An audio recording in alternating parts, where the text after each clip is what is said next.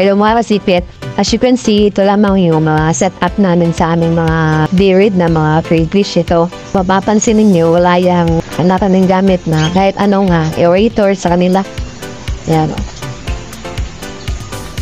Lahat ng yan ay may laman na mga derid at ito rin styrobox na to. Meron din yung mga laman na mga derid yan. Yung mga aquarium na yan, sa isa may laman yan na mga derid. May hawak kami ng mga derid ngayong panahon na ito is mga 40 pieces na mga derid. Pati ang mga styrobox na yan. Isa yan, may laman ng mga derid sa unahan. Ito din. This morning mga kasipet, ipapakita ko sa inyo ang resulta ng ganitong setup ng mga dered. Ito yung resulta. Ipapakita namin yung mga malapit ng mapadpag na mga trailings. So, ito yung resulta mga kasipet. Ito yung malapit ng hatch na dered. Ito. Kung makikita ninyo, yan. Kung nakikita nyo ang dami. Oh, dami.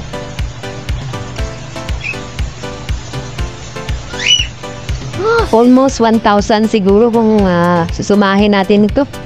Ito lang si top. Wala siyang aerator.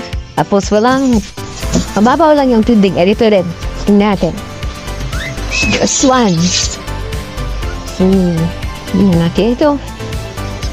Tingnan nyo nga. Secret. Ayan. Saka. Malapit na yung mapagpag. So,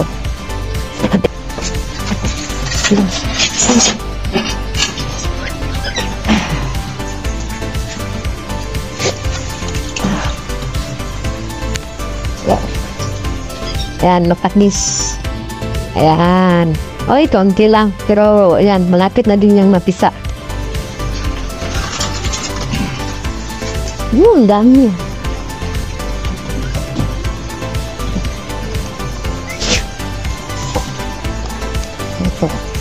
Ayan.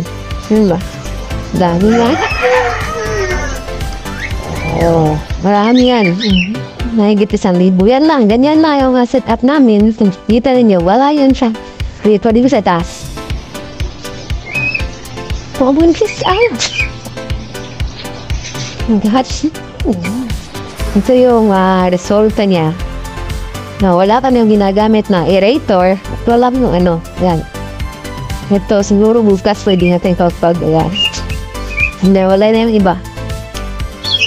Ayan. So, yan lang may setup. Huwag lang, mababaw ang tubig, tapos walang aerator.